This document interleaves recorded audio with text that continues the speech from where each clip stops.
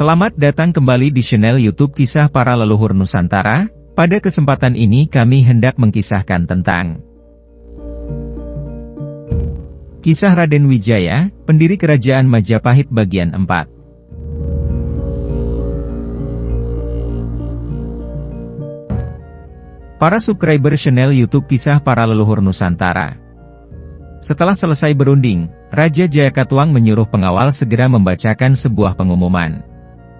Seorang pengawal langsung mengangkat corong dan berkata, "Perhatian, perhatian. Para komandan dan prajurit kerajaan diharapkan segera berkumpul di alun-alun selatan kerajaan."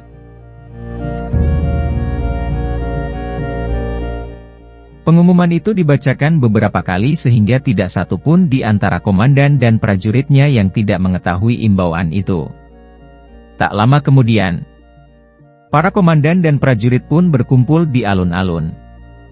Lalu Senopati berkata dengan penuh hati-hati, "Para komandan dan semua prajurit kerajaan, hari ini kita berkumpul untuk satu tujuan.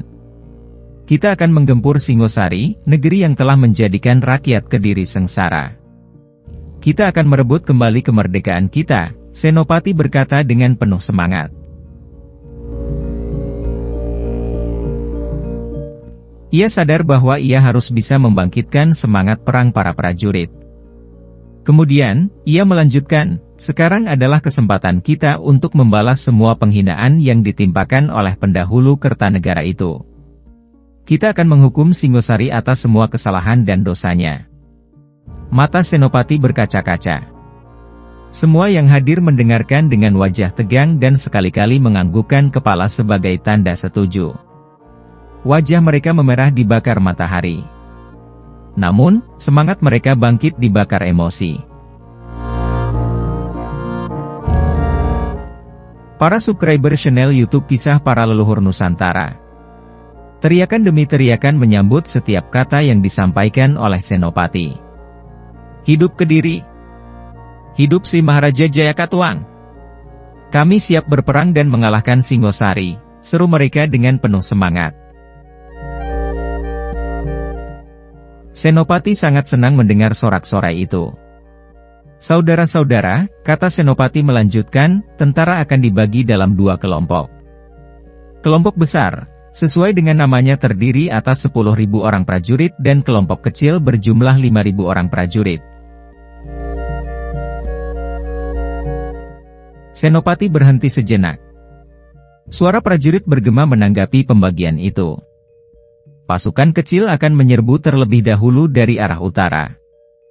Iring-iringan dan bunyi-bunyian akan ikut menyertai kelompok ini agar dapat diketahui rakyat banyak, katanya melanjutkan.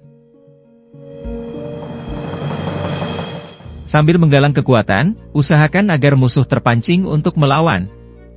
Karena melihat jumlah kita yang sedikit, tentu mereka akan mengejar dan menggempur kita ke arah utara."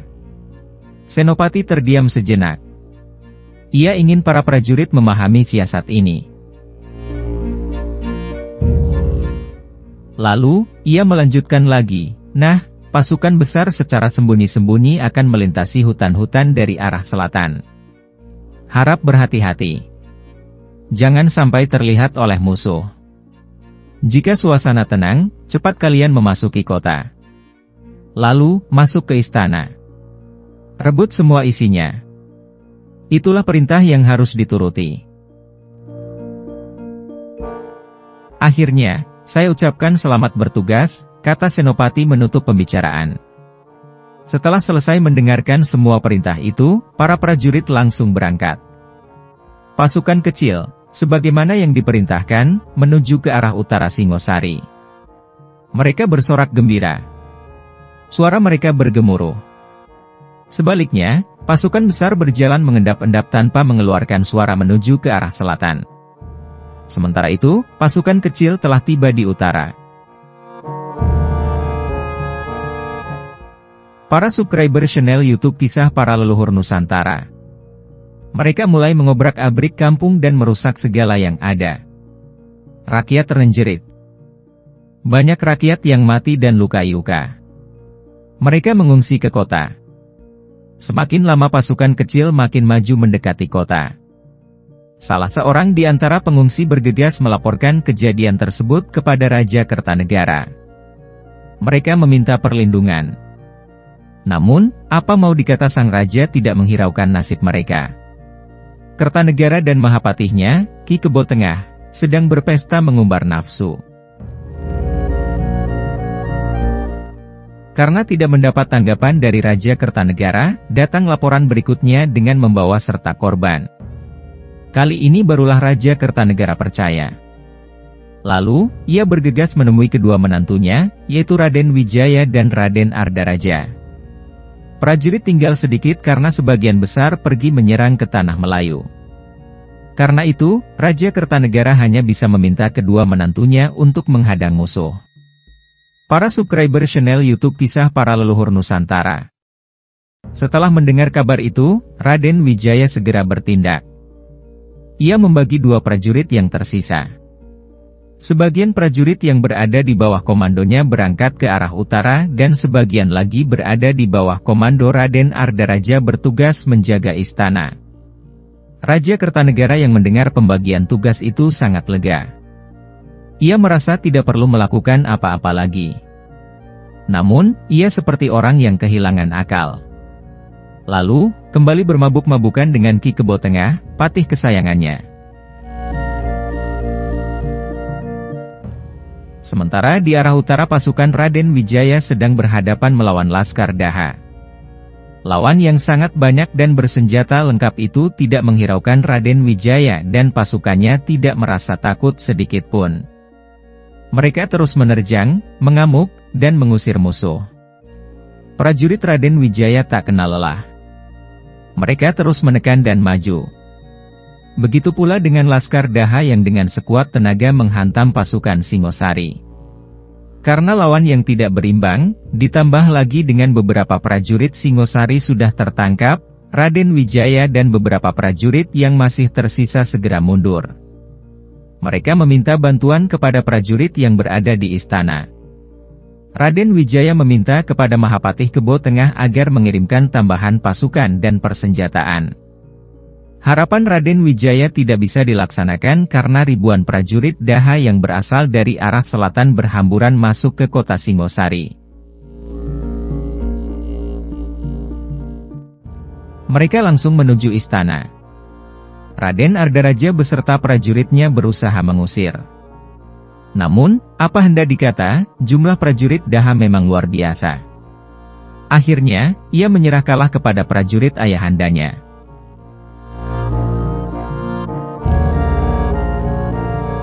Para subscriber channel YouTube Kisah Para Leluhur Nusantara.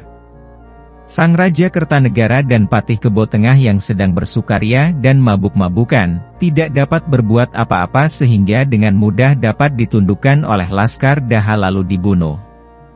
Kini hanya tinggal Raden Wijaya dengan 12 orang prajurit. Mereka terus berjuang menghadapi lawan, satu prajurit melawan 10 orang.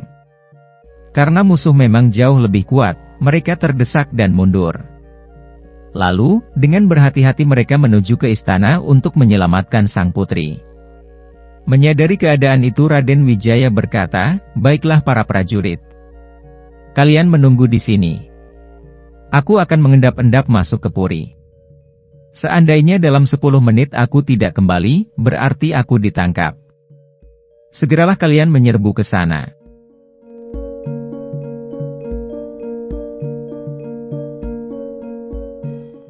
Para subscriber channel YouTube Kisah Para Leluhur Nusantara. Istana Singosari yang sudah hampir hancur itu telah diduduki musuh. Raden Wijaya mencari jalan rahasia agar bisa masuk ke dalam Puri, tempat istrinya biasa beristirahat, tetapi sulit menemukannya karena di mana-mana berserakan kepingan-kepingan tembok istana. Ia mulai mengkhawatirkan keadaan istrinya. Tiba-tiba Raden Wijaya dihadang oleh beberapa orang prajurit Daha.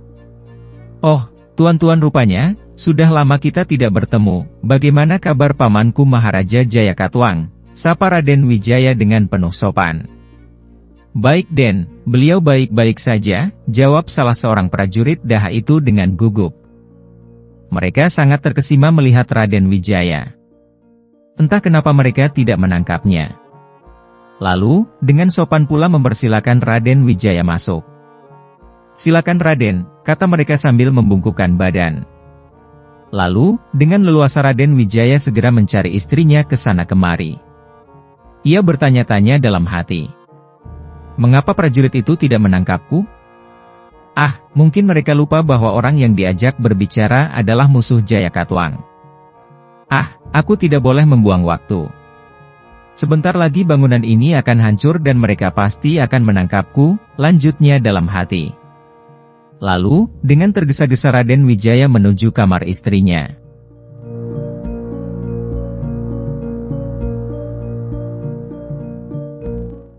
Para subscriber channel YouTube Kisah Para Leluhur Nusantara. Tribuana Prameswari, istrinya, ditemukan dalam keadaan pingsan. Kedua tangan diikat ke belakang dan mulut tersumbat. Gayatri, putri bungsu Kertanegara, tergeletak tidak jauh dari istrinya. Raden Wijaya mendekat penuh hati-hati, barangkali ini jebakan, pikir Raden Wijaya. Ia terus melangkah. Setelah merasa aman, ia menyadarkan istrinya dan membuka ikatannya. Lalu, Raden Wijaya melangkah ke arah Gayatri. Kemudian, mereka bertiga menuju keluar istana.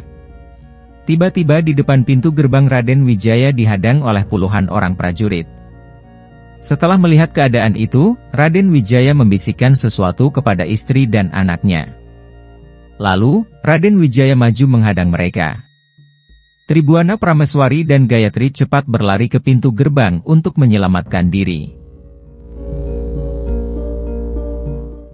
Pengikut Raden Wijaya yang sedang berjaga-jaga datang menghampiri mereka.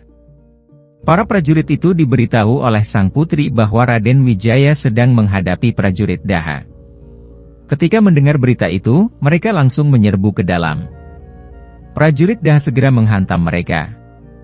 Suara pedang dan bedil berdesingan. Namun, tiba-tiba saja Raden Wijaya dan prajuritnya serentak melesap ke udara dan menghilang di balik tembok istana. Raden Wijaya sangat gembira karena telah menyelamatkan istrinya dan putri Gayatri. Mereka bertiga merasa sangat lega. Karena takut dikejar musuh, mereka segera meneruskan perjalanan. Akhirnya, tibalah mereka di sebuah tempat yang teduh, semuanya pun sepakat untuk beristirahat.